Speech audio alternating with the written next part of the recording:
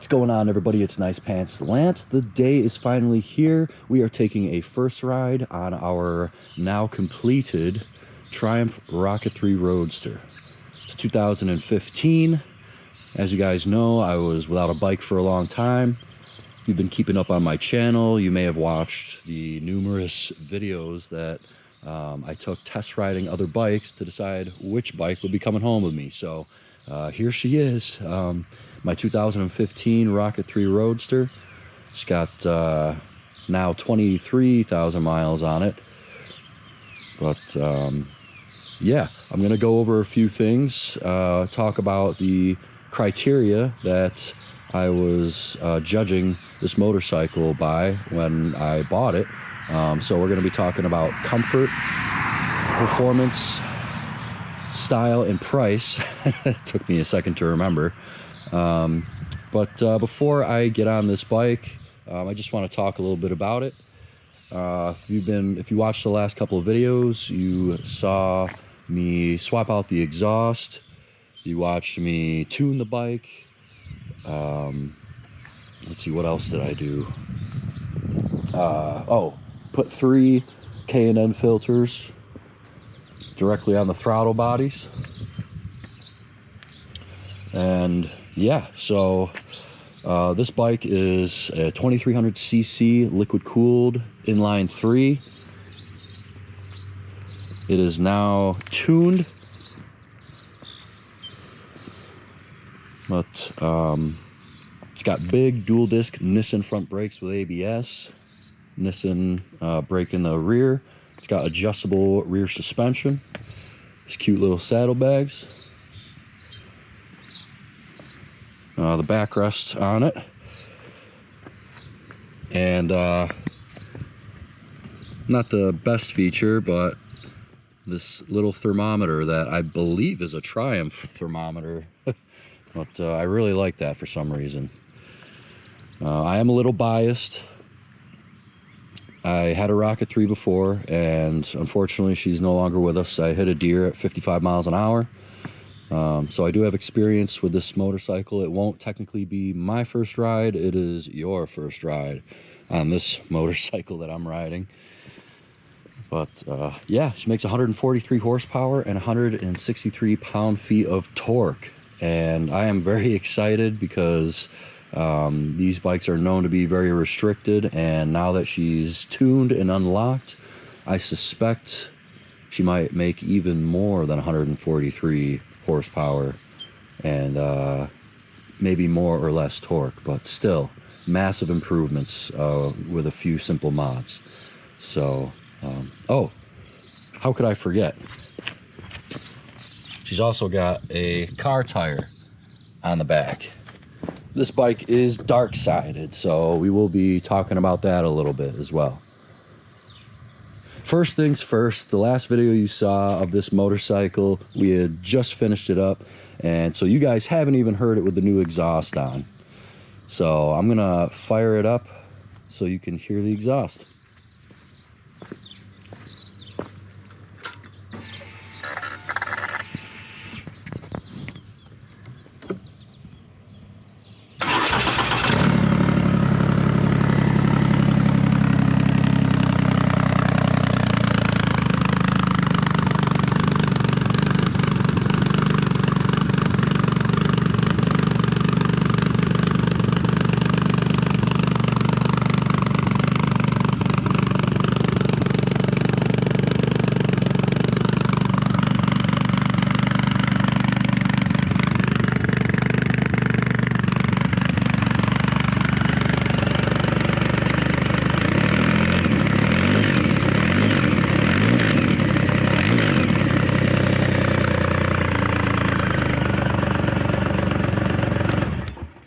I will give you guys better exhaust notes while I ride.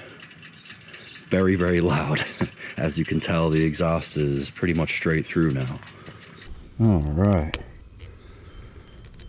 Now it's time to take a ride on this modded, dark-sided Rocket 3 Roadster with a freaking car tire on the back. Oh yeah, you know it. So, okay. Swing a leg over it. Ugh. This is a tall cruiser. She weighs close to 800 pounds, probably under that with the exhaust pipes off. Each one of those Roadster exhaust pipes weighs like, I don't know, feels like 30 pounds each at least. They are heavy. So, but I am 6 feet tall. I got a 32-inch inseam. And this bike is very tall, very, very tall. I am like pretty much on tippy toes. If I really squash my gooch down, I can flat foot on both sides. But this bike does have 23,000, actually closer to 24 now, miles on it, so the seat's really broken in. I remember from my 2018 Rocket 3 that isn't with us anymore, that bike was so tall I couldn't even flat foot even if I tried.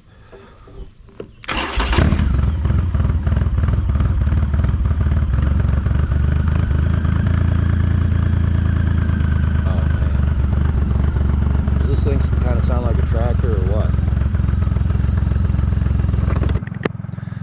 Okay, wish me luck.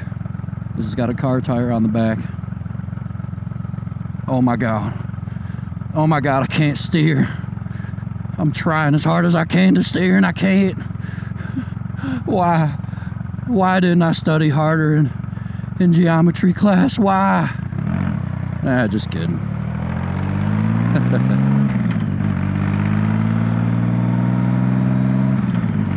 Alright, here we go.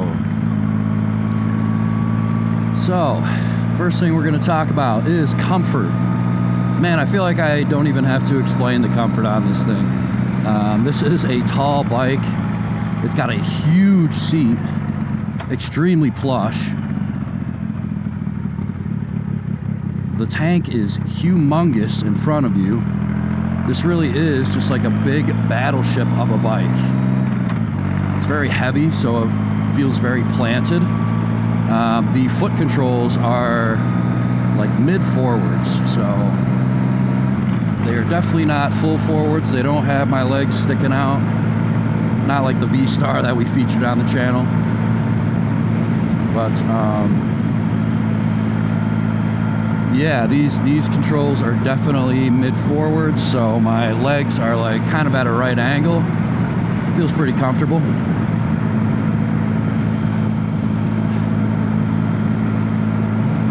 So the bars, they are, how do I describe them? They don't curl back. They're not like beach bars like or bullhorn bars like the Virago, but they got a little bend in them. They're pretty straight. They're not really up high. Nothing like the Indian Chief Sport that I rode, or Sport Chief. But so it kind of has my upper body, man, how do I say it? It's like just slightly leaned over, just slightly leaned over. It's hardly noticeable. My back is somewhat straight. I am kind of a long torsoed guy. So but still, at 6 feet tall, 250 pounds, this bike is extremely comfortable, like really.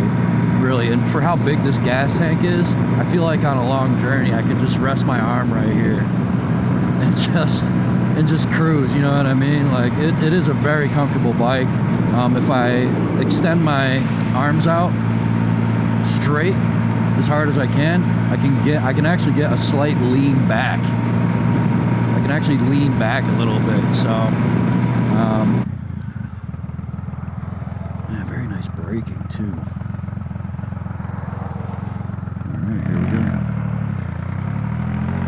Very gentle takeoff. This is a 2300cc engine, and man, I'm not even going above 2500 RPM, and it's just smooth and delivers as much power as I need. But anyways, back to comfort. Man, I'll say, even without these forward rests, I have figured out that you can just kind of extend your legs out and just rest the back of your ankle on these controls, and you can actually kind of keep your legs straight. It gives you the same like feeling or sensation that having these forward footrests on. So yeah, very, very versatile ergonomics here. Lets you stretch out, but also these mid controls and this perfect 90-degree bend in my legs also gives me a ton of control. I feel like I don't know, I feel like my shoulders and my pectoral muscles are really activated right now, especially since this has a car tire on the rear, and it takes a little bit of extra convincing to take turns on, but we'll get into that in a little while. So yeah, comfort wise, does this have the comfort that I need on a motorcycle? Yes it does now.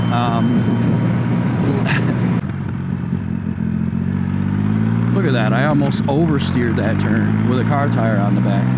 This bike has no problem turning. The rear tire, the car tire, just takes a little bit to get used to, that's all.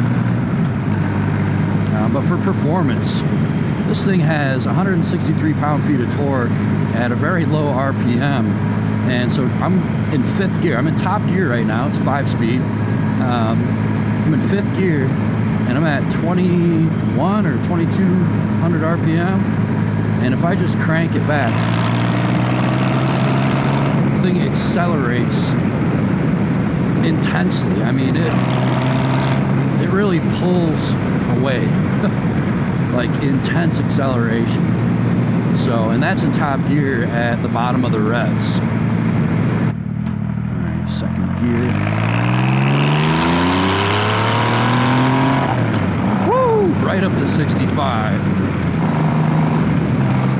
Man, this acceleration is so intense. It took my freaking breath away. Holy smokes. Yeah, 55 miles an hour, 2200 RPM, 55 miles an hour up to 80.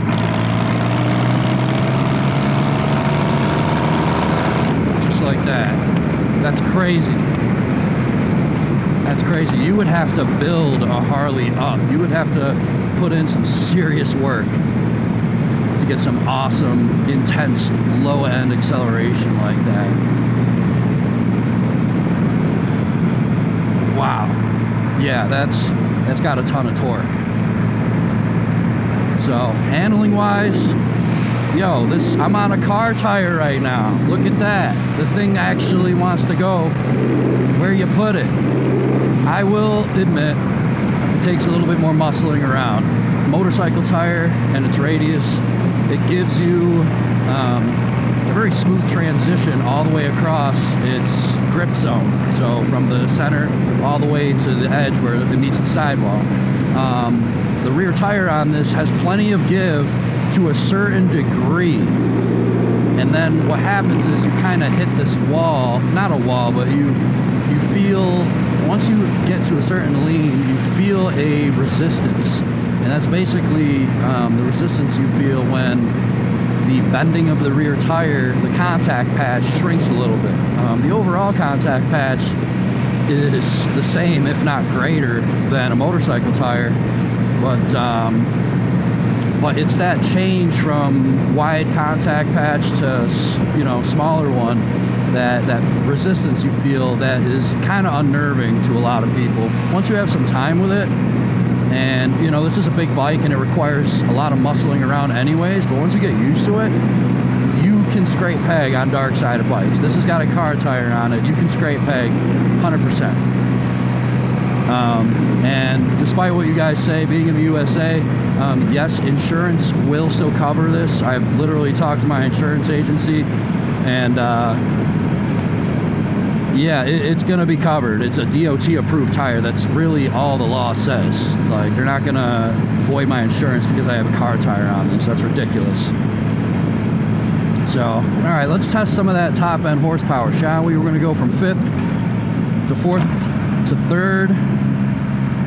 Let's see, should we go to, why don't we do a 0 to 60? Why don't we do a 0 to 60 on this thing? I'm super nervous. This is got a car tire, so it's gonna grip a lot.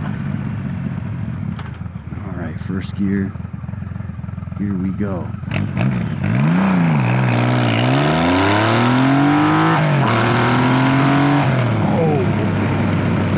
crazy. I didn't get the best launch. To be honest, I felt the front end get real light on me. I felt the front end get really light on me there. That was kind of nerve-wracking. I'm sorry, people. That was I don't know how fast that was. That was definitely intense. That felt, honestly, that felt very similar to doing a pull on the Speed Twin.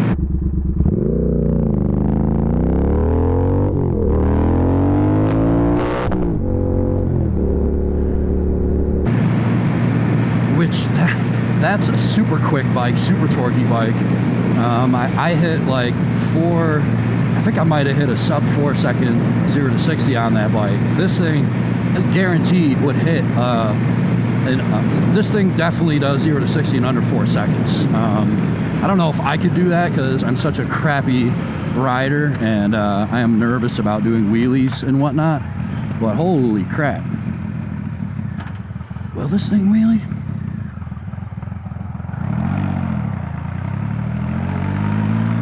Why am I going this way? I actually want to go the other way.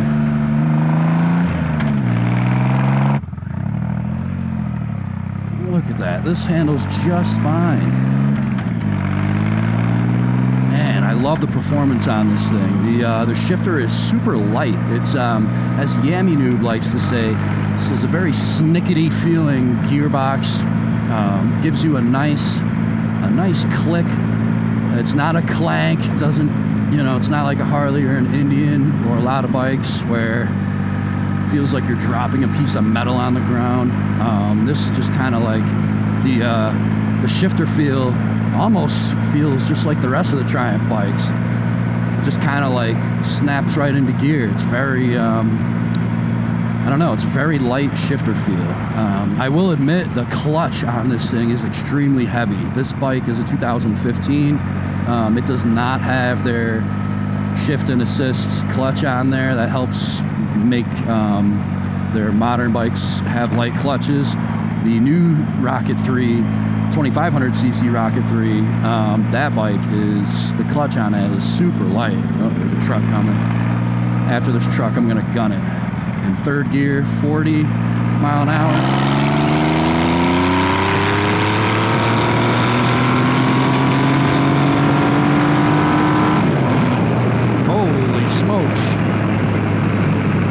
Gear, 100 mile an hour, just like that.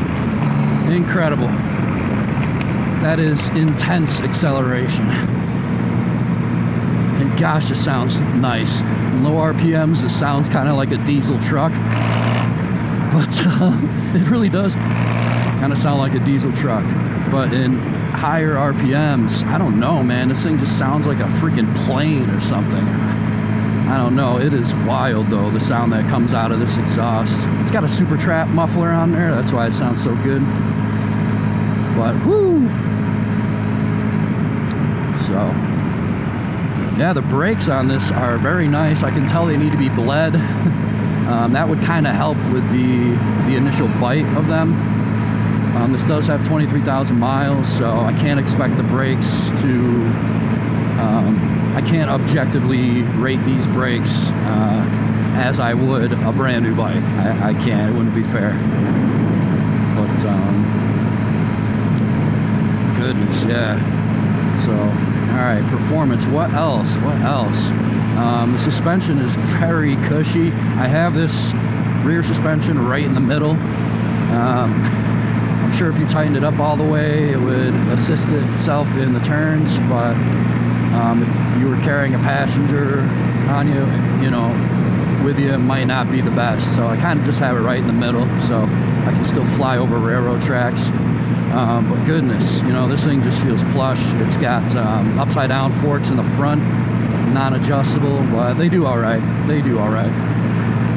If you wanted better handling in the turns, or on the other hand, if you wanted something even more comfortable, you know, you should definitely upgrade. I believe there are progressive spring upgrades, but generally I feel like I have a ton of control over this bike. So performance wise with power and all that, I mean, yeah, this thing is like even more powerful than any of the other cruisers I rode and tested. So yeah, this thing has got the performance. This thing has definitely got the performance. I might even say that the top end is just as rushing as the Speed Twin. So, and that bike was like 400 something pounds, and this bike is like 750 or 770 pounds, something like that. So yeah, this definitely doesn't make me feel like I'm lacking in performance at all. The braking, going from 60, oh yeah, it takes, you gotta grab a little bit. The front does dive. This isn't a sport bike.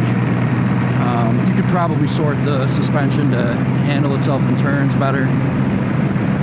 A lot of guys, they put a slightly taller rear tire on it. The rear tire on this is a 240, what is it, 240/50 R16, and a lot of guys put 55 profile tire on there, which actually raises the rear a little bit. It rakes it out, and it makes that initial turn-in speed much quicker, much quicker. In this case, I actually have I believe this is a 225 Riken Raptor. Nothing to see here, officer, nothing to see here. So, alright, this Darkside tire, I have to say, as far as stability goes, you guys can already tell I've kind of been drifting all over the place, mainly because I'm not focusing that much on just trying to stay straight. Not really, don't really care about that right now. But the roads where I live are kind of crowned a little bit. They got some curves and bumps. The rear tire does like to surge a little bit. So this bike is stable.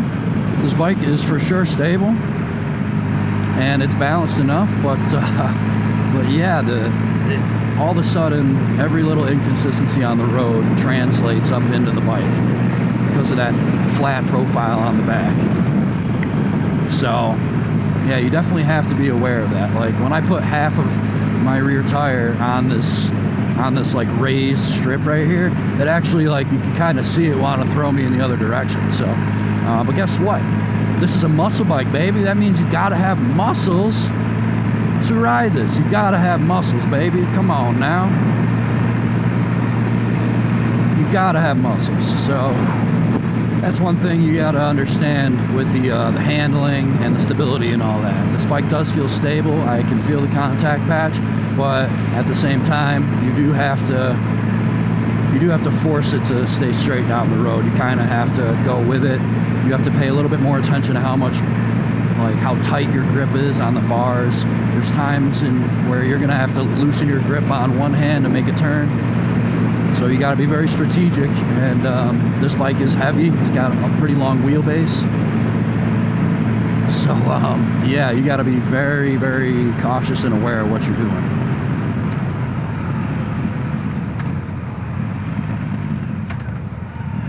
Man, that shifter lever is freaking heavy.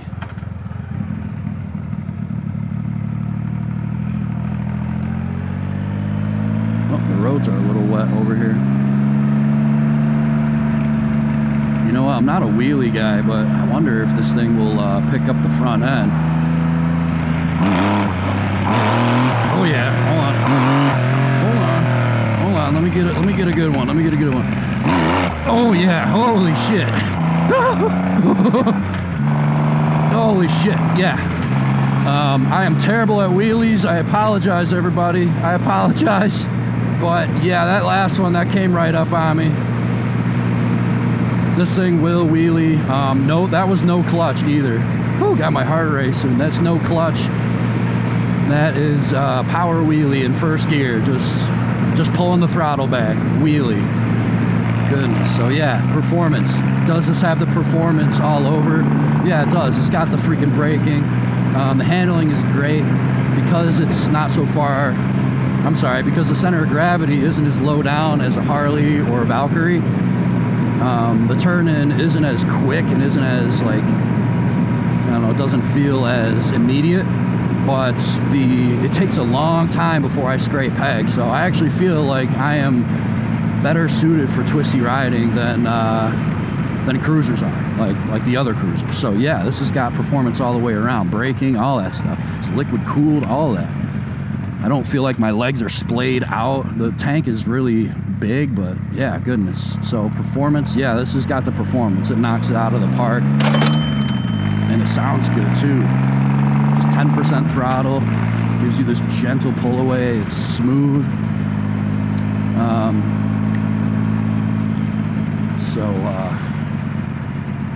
Yeah, performance. This definitely hits the nail on the head there.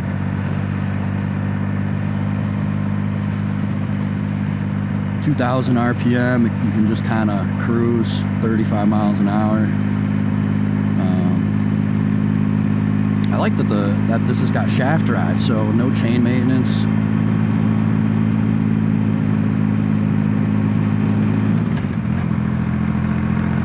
Throttle feels very snappy. I like the throttle feel. It's a wide grip. I forgot to mention that this does have a little gear indicator, and it's got like a miles till empty thing going on in these analog gauges. I love Triumph's analog gauges. They look so classic. This bike just does a great job looking like a nice classic, almost like a pace car, you know what I mean, with these white stripes, and oh man, just so nice. So we are here at Walmart because I need pool supplies. And I also want to talk about the last two things. So price is what we're going to talk about now. I did a lot of test riding on new bikes, Indians. You know, I tried to test ride things that I thought would be pretty close to my criteria. I didn't want to waste my time. And the crappy part about some of the bikes I rode is that they nailed almost every single item in my criteria list, but price. A lot of the bikes that I loved were like $20,000, well over $15,000, and that's just way out of my price range. I have a house now. The reason I sold my Speed Twin, aside from comfort, is that it was too expensive, man. The thing was like $13,000 out the door, and yeah, it was just too expensive. You can find these Rocket 3 Roadsters, even though this generation is discontinued, you can find these Rocket 3 Roadsters for less than $10,000. I got this for well under $10,000. So this thing was like a few grand cheaper than my Speed Twin. It was like almost a trade. It wasn't even like really like going from one to the other. Like, they were so even in price and value and everything. It was pretty much a direct swap. I just like dropped it off and picked this thing up. And holy crap, what a freaking deal. I mean, it's got saddlebags and all that extra stuff on it. So price, heck yeah, this thing nails price. You would have to spend like tens of thousands of dollars to get a cruiser like this, similar to this, and then modify it to be as powerful and to do the same thing that this Rocket 3 does. You would have to spend a ton of money. I mean, if you haven't already, check out that video of me racing a built Harley with my Speed Twin, and I absolutely annihilated him with a tune and an exhaust and all that stuff. So yeah, you would need to dump like $6 grand at least into modifying your freaking Milwaukee 8 or your twin cam to be as powerful as this thing. Like, to make 143 horsepower and 163 pound-feet, you're going big bore 135 cubic inch Screaming Eagle engine. You're doing the 131, you know, Thunderstroke upgrade on the Indians.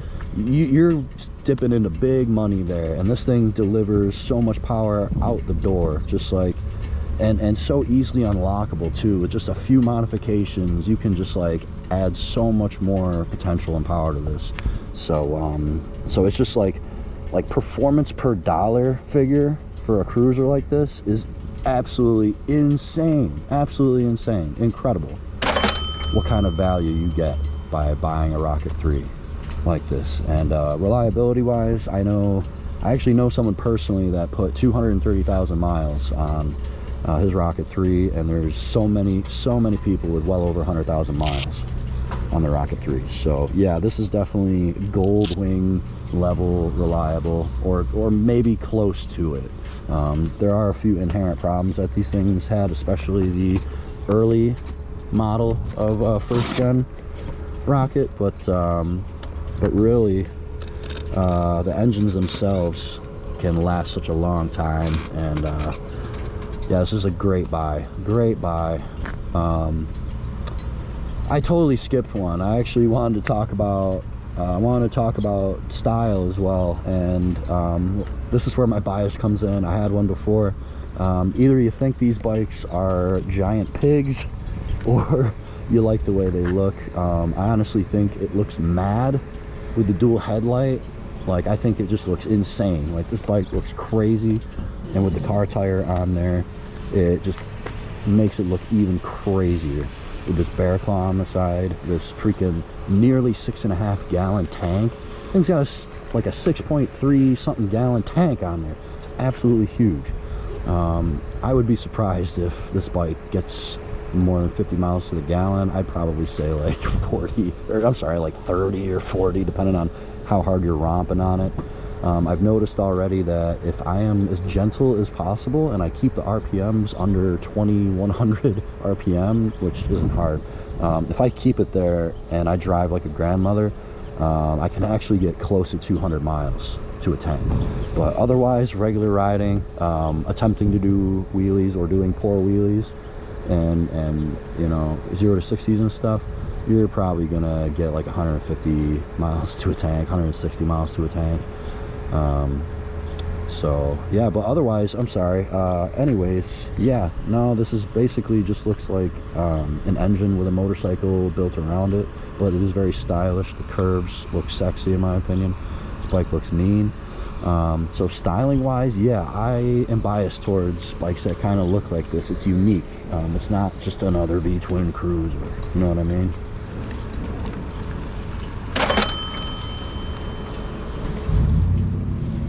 Anyway, so yeah, all 4 criteria are a go. We're talking comfort, performance, style, and price. Yeah, this thing checked off every freaking box, and that is why I bought it. Yeah, that's really all I have to say about this bike so far. You're about to see a lot more on this bike. This is my daily rider, my personal bike. That's why she's so disgusting and dirty. So yeah, thanks for tuning in. Oh yeah, I forgot to mention it's got adjustable levers on it. It's pretty cool. But yeah, seriously, thanks for joining me. If you like this video, give me a like. If you want to see more content on the Triumph Rocket 3, please subscribe. Peace.